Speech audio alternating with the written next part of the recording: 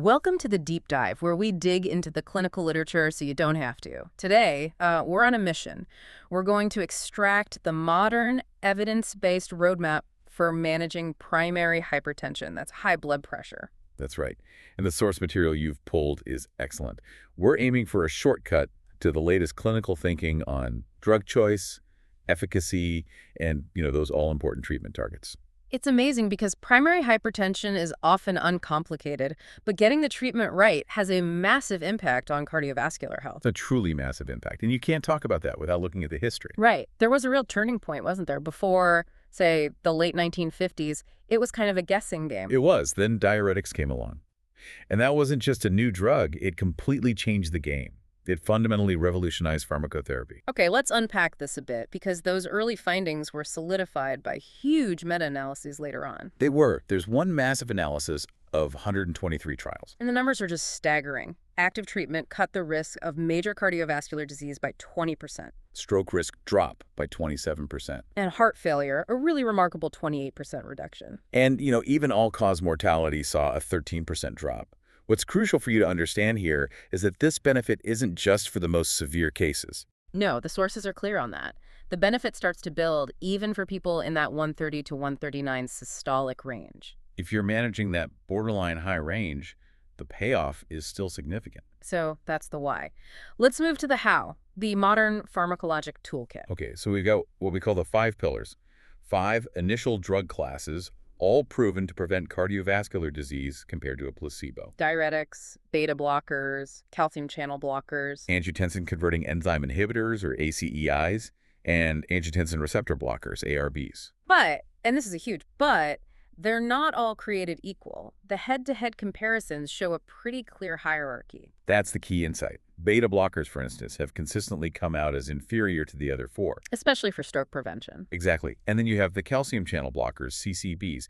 They're great for stroke prevention, but they fall a little short on heart failure. Especially when you compare them to diuretics. Right. So when you put all the data together, the meta-analyses generally point to diuretics as sort of the best in class for that first step. But the sources also stress this core principle that's maybe even more important. Which is? That lowering the blood pressure, however you do it, is often more critical than the specific drug you use. Absolutely. Getting to the target matters more than anything.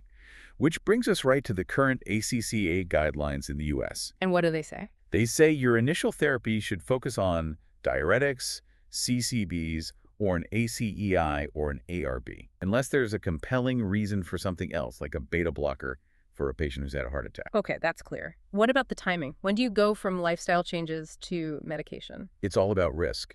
If you're an adult with stage 1 hypertension, so your BP is in that 130, 139 over 80, 89 range. And you're not high risk for atherosclerotic cardiovascular disease. Meaning your 10-year risk is under 10%, then you get about 6 months of trying non-pharmacologic therapy first. Diet, exercise, all that. But what if you're stage 1 and you are high risk? Or you have stage 2 hypertension, so 140 over 90 or higher? Then there's no waiting period.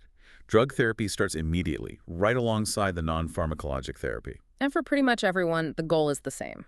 Less than 130 over 80. Let's dive into the details then. Choosing a class is one thing, but choosing the agent within the class is another. Let's start with diuretics. This is a really important distinction. The longer-acting ones, like chlorphalidone or indapamide, are heavily preferred over the shorter-acting hydrochlorothiazide, or HCTZ. Why is that?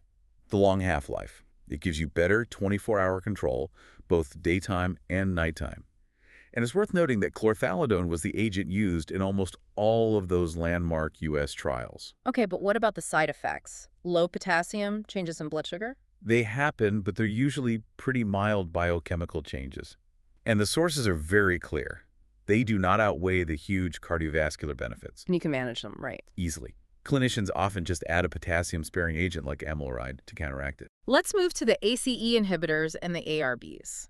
The sources say that within the ACEI class, agents like lisinopril are pretty similar. They are, clinically. The main reason someone switches from an ACEI to an ARB is usually one thing. The cough. The dry cough. And it usually goes away very quickly when you switch them to a corresponding dose of an ARB. ARBs themselves have very few side effects. Okay, but we need to flag some big warnings here. Absolutely. First, you never ever use ACEIs and ARBs together. Why not? You don't get much extra blood pressure lowering, but you do get a much higher risk of high potassium, of hyperkalemia. And the other major warning. Neither class should ever be used in pregnancy or if pregnancy is planned. They carry a serious risk of birth defects. That is an absolute non-negotiable rule. Got it. Okay, calcium channel blockers, CCBs. Unlike the ACEs and ARBs, the sources say there are big differences within this class. A critical distinction for you to remember, yes. You have the dihydropyridines, which are the ones we typically use for hypertension because they mainly act on the blood vessels. And what's the main side effect there? Peripheral edema, swelling in the ankles. It happens in about 10% of patients, but you can often manage it just by lowering the dose. And the other type, the non-dihydropyridines. Those act more on the heart itself, so they affect heart rate and conduction. They really shouldn't be used for primary hypertension unless there's some other compelling reason. Because of the risks. Exactly. You have to be very careful in patients who might be at risk for a slow heart rate or heart block or who already have heart failure.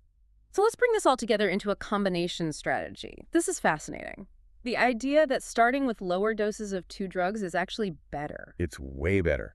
You get superior blood pressure control with fewer side effects compared to just maxing out one single drug. And it fights what the sources call therapeutic inertia. Right. That's this tendency to just stick with the first drug choice even when it's not working well enough.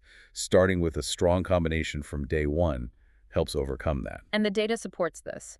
Initial combo therapy gets you to the target faster, and patients are more likely to stick with it. For sure. In terms of what combinations work well, you want drugs that have complementary actions.